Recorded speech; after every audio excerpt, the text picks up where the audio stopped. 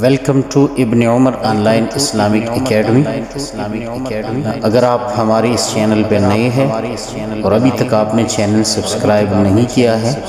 تو چینل کو سبسکرائب کیجئے، لائک کیجئے اور ساتھ میں بیل آئیکن دبا دیجئے تاکہ آنے والی اسی طرح معلوماتی ویڈیو آپ کو بروقت ملتی رہے۔ بسم اللہ الرحمن الرحیم، نحمدہ ونصلی ونسلم علی رسولہ الکریم۔ اصول حدیث کے حوالے سے آج تیسرا لیکچر ہے۔ دوسرے لیکچر میں ہم حدیث اور اس سے متعلق جو ضروری باتیں تھیں، تعریف حدیث کی اور اس کی اقسام، حدیث قولی، فعلی اور تقریری، اس سب کے بارے میں ہم تفصیل کر چکے ہیں۔ آج ہم اس کے بارے میں پڑھیں گے کہ حدیث سے متعلق یہ تین الفاظ ہے: خبر، سنت اور اثر۔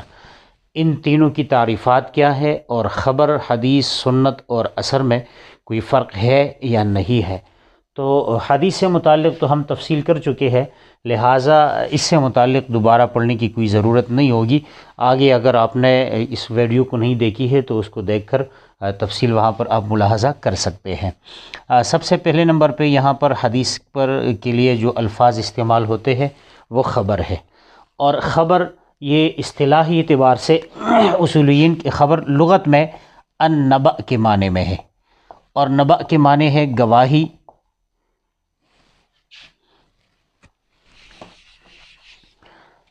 خبر یہ نبأ کے معنی میں ہے، اور نبأ کے معنی ہے آگاہی، اطلاع، آگاہی دینا یا اطلاع دینا۔ اصطلاحی اعتبار سے ابن حجر اسقلانی رحمۃ اللہ علیہ کی بقول اس میں تین اقوال ہے۔ نمبر ایک قول یہ ہے کہ حدیث اور خبر یہ دونوں مترادف ہے، مترادف الفاظ ہے، اور مترادف کا مطلب یہ ہے کہ حدیث کو ہم خبر کہہ سکتے ہیں اور خبر کو ہم حدیث بھی کہہ سکتے ہیں۔ تو جو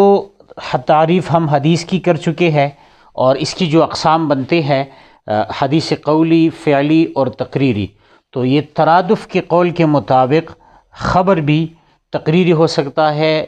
اور اسی طرح قولی، فعلی اور صفتی، یہ سب کچھ تقسیمات جو ہے اقسام یہ خبر کی بھی ہو سکتے ہیں۔ دوسرا قول یہ ہے کہ ان دونوں میں تباین ہے۔ تباین کے معنی تضاد ہے، یعنی کبھی بھی یہ دونوں ایک جگہ جمع نہیں ہو سکتے۔ اس قول کے مطابق یہ ہے کہ خبر، حدیث یہ رسول اللہ صلی اللہ علیہ وسلم کی طرف منسوب قول، فعل، تقریر یا صفت کا نام ہے، جبکہ خبر یہ صحابہ کرام کی طرف منسوب یا تابعین کی طرف جو منسوب بات ہو اس کو ہم خبر کہتے ہیں۔ لہٰذا اس قول کے مطابق حدیث اور خبر میں کوئی ترادف نہیں ہے، حدیث کو خبر نہیں کہہ سکتے اور خبر کو حدیث نہیں کہہ سکتے۔ اور تیسرے نمبر پہ جو ہے یہ عموم اور خصوص ہے۔ عموم اور خصوص کا مطلب یہ ہے کہ خبر جو ہے یہ عام ہے اور حدیث خاص ہے۔ خبر عام کا مطلب یہ ہے کہ ہم خبر رسول اللہ صلی اللہ علیہ وسلم کے قول، فعل اور تقریر کو بھی کہہ سکتے ہیں، اور صحابی سے جو قول نقل ہو اس کو بھی ہم خبر کہہ سکتے ہیں، جبکہ حدیث جو ہے یہ صرف رسول اللہ صلی اللہ علیہ وسلم سے منقول بات کو کہتے ہیں۔ تو اس حوالے سے خبر عام ہے، حدیث پر بھی، نبی علیہ السلام کی حدیث پر بھی اس کا اطلاق ہوتا ہے اور قول صحابی پر بھی اس کا اطلاق ہوتا ہے، جبکہ حدیث جو ہے یہ صرف رسول اللہ صلی اللہ علیہ وسلم کی طرف منسوب بات کو کہتے ہیں، اور یہ صرف نبی علیہ السلام کے ساتھ خاص ہے۔ تو اس حوالے سے خبر میں عموم ہے اور حدیث میں خصوص ہے۔ ہاں، لیکن اگر ہم دیکھیں تو اصول حدیث میں آگے جو تقسیم کی جا رہی ہے تو وہاں پر خبر متواتر، خبر مشہور، خبر عزیز وغیرہ یہی سب اقسام ہم پڑھیں گے، تو وہاں پر حدیث پر جو ہے اطلاق یہ کیا گیا ہے خبر کا۔ تو اس سے معلوم ہوتا ہے کہ خبر اور حدیث یہ دونوں مترادف ہے، جبکہ ایک لحاظ سے اگر ہم دیکھیں تو مطلق حدیث، یعنی حدیث جب مطلق ذکر کیا جائے، اس کے ساتھ کوئی قید نہ ہو، تو یہ اس سے مراد رسول اللہ صلی اللہ علیہ وسلم کی حدیث ہوتی ہے۔ مثلا اگر یہ ہم کہیں کہ یہ فلاں مسئلے میں حدیث ہے یا حدیث میں اسی بات ذکر کی گئی ہے، تو اب یہاں پر حدیث سے مراد صرف جناب رسول اللہ صلی اللہ علیہ وسلم کی طرف قول، فعل یا تقریر کی منسوب جو بات ہے وہی مراد لی جا سکتی ہے۔ صحابی کے قول پر مطلقاً حدیث کا اطلاق جو ہے وہ نہیں کیا جاتا۔ تو یہی فرق ہے بین الخبری والحدیث۔ اس لیکچر کی دوسری اصطلاح جو ہے، دوسرا اصطلاح یہ سنت ہے، اور سنت لغت کے اعتبار سے الطریقۃ، کوئی راستہ، کوئی طریقہ۔ اور رسول اللہ صلی اللہ علیہ وسلم فرماتے ہیں ایک حدیث میں لَتَتَّبِعُنَّ سُنَنَ مَنْ قَبْلَكُمْ، کہ تم پہلے لوگوں کی طور طریقے کو اپناؤ گے۔ تو یہاں پر سنت جو ہے یہ طریقہ پر اس کا اطلاق ہوا ہے۔ یا دوسری حدیث میں نبی علیہ السلام فرماتے ہیں کہ من سن سنتا حسنتا فلہ اجرہا و اجر من عمل بہا، کہ جس نے ایک اچھی طریقہ کی بنیاد رکھی، ایک اچھی بات کی بنیاد رکھی، تو اس پر چلنے والے کو، جو ایجاد کرنے والے اور چلنے والے کو برابر کا ثواب جو ہے وہ ملتا ہے۔ اسی طرح من سن سنتا سیئتا فلہ وزرہا و وزر من عملہا، جس نے کسی بری بات کی بنیاد رکھی تو عمل کرنے والے اور ایجاد کرنے والے دونوں کو جو گناہ ملے گا۔ تو یہاں پر طریقہ جو ہے اس کا معنی، سنت کا معنی طریقہ ہے، چاہے یہ محمودہ ہو یعنی اچھا طریقہ ہو، یا کوئی مذمومہ برا طریقہ ہو، جو بھی ہو اس کو ہم طریقہ سے تعبیر کر سکتے ہیں۔ جبکہ اصطلاحی اعتبار سے اس میں 3 اصطلاحات ہے۔ پہلے نمبر پہ محدثین کی اصطلاح۔ محدثین سے مراد وہ لوگ ہیں جو رسول اللہ صلی اللہ علیہ وسلم کی ہر بات کو نقل کرتے ہیں، اور یہی ان کی ڈیوٹی ہے۔ وہ فرماتے ہیں ما اضیف الی النبی صلی اللہ علیہ وسلم من قول او فعل او تقریر او صفت اور خلقیت او خلقیت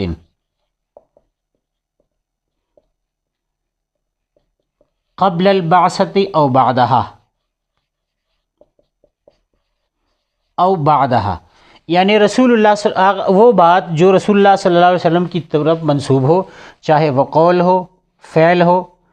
تقریر ہو، صفت ہو، اور پھر صفت عام ہے خلقی ہو، یعنی نبی علیہ السلام نے اس کی پیدائش سے نبی علیہ السلام میں جو پیدائشی صفات موجود تھی، یا اخلاقی طور پر جو رسول اللہ صلی اللہ علیہ وسلم میں جو خوبیاں موجود تھی، قبل البعثۃ، یہ صفات بعثت سے قبل ہو، اور بعدہا یا اس سے بعد ہو، یعنی وحی کے نزول کی پہلی والی حالت اور دوسری والی حالت، یہ سب سنت میں داخل ہے۔ جبکہ اصول حدیث کی اس علماء کی نزدیک وہ فرماتے ہیں ما اضیف الی النبی صلی اللہ علیہ وسلم من قول او فعل او تقریر، یہاں تک جو ہے یہ سنت میں شامل ہے۔ اس کے بعد والی جو یہ بات صفت خلقیت خلقیت قبل البعثۃ او بعدہا، یہ اصول حدیث کی علماء کے نزدیک سنت کی تعریف میں شامل نہیں ہے۔ اور تیسرے نمبر پہ ہے فقہا۔ تو فقہا فرماتے ہیں ما ثبت عن النبی صلی اللہ علیہ وسلم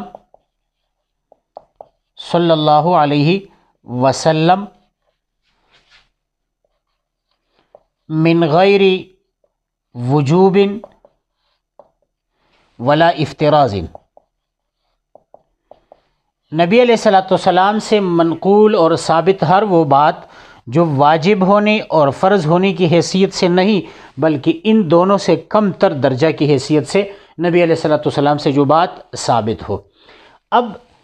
سنت کی اصطلاحی تعریف میں یہ اختلاف کیوں پایا جاتا ہے؟ اس کی بنیادی وجہ یہ ہے کہ محدثین کی نزدیک ان کا مطمح نظر اور توجہ ایک جانب ہے، اصول حدیث کی توجہ ایک جانب طرف ہے، اور فقہا کی توجہ جو ہے وہ تیسری جانب پہ ہے۔ تو محدثین کی ڈیوٹی یہ ہے کہ وہ نبی علیہ السلام کی طرف منسوب ہر بات کو صرف نقل کرتے ہیں، قطع نظر اس سے کہ اس سے کوئی عمل مستنبط ہوتا ہے یا نہیں، یہ قابل عمل بھی ہے یا نہیں، لیکن جو بات جس کی نسبت رسول اللہ صلی اللہ علیہ وسلم کی طرف ہو بس وہی وہ نقل کرتے ہیں، یہ ان کی ڈیوٹی ہے۔ آگے اصول حدیث کے علماء چونکہ حدیث کی باقاعدہ جانچ پڑتال کرتے ہیں، اور وہ یہ جاننے کی کوشش کرتے ہیں کہ یہ حدیث قابل عمل ہے بھی یا نہیں، یا رسول اللہ صلی اللہ علیہ وسلم سے یہ بات بحیثیت شارع نقل ہے یا بحیثیت شارع نقل نہیں ہے، یعنی اس سے کوئی حکم جو ہے یہ مستنبط ہوتا ہے یا نہیں ہوتا۔ تو اس حوالے سے اصول حدیث حضرات یہ کہتے ہیں کہ جو رسول اللہ صلی اللہ علیہ وسلم کی خلقی یا خلقی صفات ہے، نبی علیہ السلام میں جو پیدائشی طور پر صفات پائی جاتی تھی، مثال کے طور پر رسول اللہ صلی اللہ علیہ وسلم کے بال مبارک کیسے تھے، چہرہ مبارک کیسا تھا، قد مبارک کتنی تھی، تو اب انہی باتوں سے کوئی شرعی مسئلہ جو ہے یہ منسلک نہیں ہے، اس سے ہم کوئی شرعی مسئلے کا استنباط نہیں کر سکتے کہ مثلا کوئی لمبا ہے تو اس کو اتنا ثواب ملے گا، کوئی چھوٹا ہے تو اس کو کم ثواب ملے گا، اس کے کسی کے بال جو ہے وہ سفید ہے تو اتنا ثواب ملے گا اور کالے ہے تو اتنا ثواب ملے گا۔ ان چیزوں سے شرعی احکامات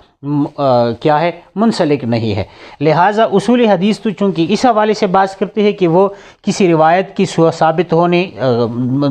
قابل استدلال ہونے، ناقابل استدلال ہونے کی حیثیت سے بات کرتے ہیں، اس وجہ سے وہ کہتے ہیں کہ یہی صرف سنت کی تعریف میں شامل ہے، اس کے بعد والی باتیں سنت میں شامل نہیں ہے۔ اب فقہا حضرات جو ہے وہ تو چونکہ مسائل کی استنباط سے کے حوالے سے حدیث پر سوچتے ہیں، تو وہ فرماتے ہیں کہ جو وجوب اور فرض ہونے کے علاوہ،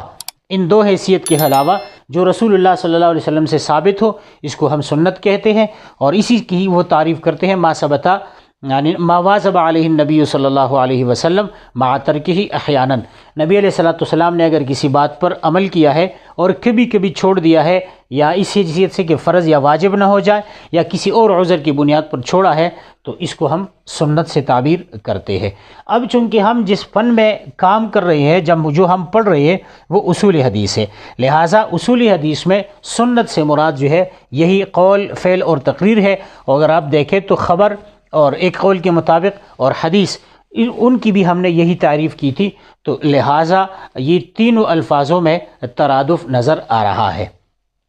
اچھا، اور آخری اصطلاح یہ اثر ہے، اور اثر کے معنی ہے بقیت الشیء، یعنی کسی چیز کا باقی ماندہ چیز، یا اس کو نشان کے معنی میں بھی لے سکتے ہیں۔ فرتد علی آثارہم، موسیٰ علیہ السلام کے بارے میں جو نقل ہے کہ وہ اپنی نشانات کو دیکھ کر واپس ہو گئی، تو اثر کا مطلب بقیت الشیء بھی ہے اور اس کا یہ نشان کو بھی کہتے ہیں، جبکہ اصطلاحی اعتبار سے اس میں بھی اختلاف ہے۔ نمبر 1، متقدمین حضرات یہ اثر، حدیث اور خبر یہ تینوں مترادف قرار دیتے ہیں، کہ حدیث، خبر اور اثر یہ دونوں مترادف ہے۔ اور اگر آپ دیکھیں تو امام طحاوی رحمۃ اللہ علیہ کی ایک کتاب ہے شرح معانی الآثار، شرح معانی الآثار، تو شرح معانی الآثار میں وہ حدیث بھی نقل کرتے ہیں رسول اللہ صلی اللہ علیہ وسلم کی، اور اسی طرح وہ صحابہ کرام کے اقوال کو بھی نقل کرتے ہیں، اور اسی طرح وہ موقوف، مقطوع اور سب روایات جمع کرتے ہیں۔ لہٰذا اس سے معلوم ہوتا ہے کہ متقدمین کی نزدیک یہ اثر، خبر اور حدیث یہ تینوں ایک ہے۔ یا اسی طرح اگر آپ دیکھیں تو امام ابو یوسف رحمۃ اللہ علیہ، یا چلو متأخرین اور متقدمین میں سے بعض حضرات، یہ تو جمہور کا مسلک ہے کہ تینوں جو ہے یہ مترادف ہے، لیکن متاخرین علماء کرام اور خاص طور پر فقہائے خراسان، جو کہ خاص طور پر حنفی فقہا ہے، اور متقدمین میں سے چند حضرات کا یہ خیال ہے کہ یہ اثر، یہ حدیث موقوف اور یعنی قول صحابی، اور اس پر اطلاق ہوتا ہے اثر کا، جبکہ حدیث یہ مرفوع اور رسول اللہ صلی اللہ علیہ وسلم کی طرف منسوب حدیث کو کہتے ہیں۔ اس میں اگر آپ دیکھیں تو امام ابو یوسف رحمہ اللہ اور امام محمد رحمہ اللہ، انہوں نے کتابیں لکھی ہے کتاب الآثار کے نام سے۔ تو کتاب الآثار یہ دونوں کی کتابیں ہیں، امام ابو یوسف کی بھی ہے اور امام محمد رحمہ اللہ کی بھی ہے۔ تو دونوں جب اپنی کتاب میں نقل کرتے ہیں تو وہ صرف اور صرف اقوال صحابہ نقل کرتے ہیں، مرفوع روایات میں اس میں نقل نہیں کرتے۔ تو اس سے اندازہ ہوا کہ متقدمین جمہور علماء کے نزدیک خبر، اثر اور حدیث یہ دونوں مترادف ہے،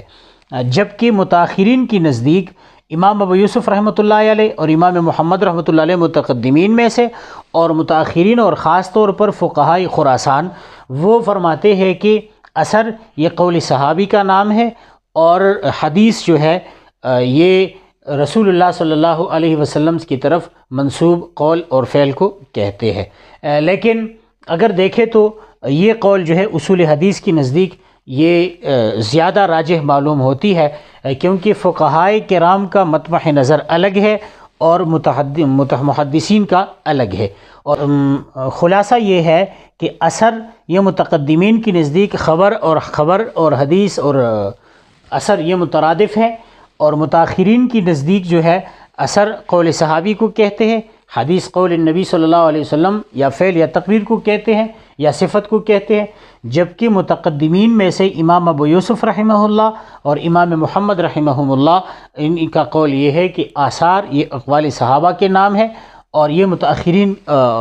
فقہا کے ساتھ اس میں متفق ہے۔ اور اب چونکہ یہ بھی فقہا ہے، یہ جو روایت لیتے ہیں یہ بحیثیت فقیہ لیتے ہیں اور اسے مسلک کا استنباط کرتے ہیں، تو یہی وجہ ہے کہ احناف کے بعد میں متاخرین فقہا نے انہی کے نقش قدم پر چلتے ہوئے اثر کو جو ہے وہ رسول اللہ صلی اللہ علیہ وسلم کے قول کو نہیں بلکہ صحابی کے قول اور فعل کو قرار دیا ہے، اور حدیث یہ رسول اللہ صلی اللہ علیہ وسلم کے قول اور فعل کو کہا گیا ہے۔ تو جو یہی خلاصہ تھا آج کے لیکچر کا کہ حدیث، خبر، سنت اور اثر میں کیا فرق ہے۔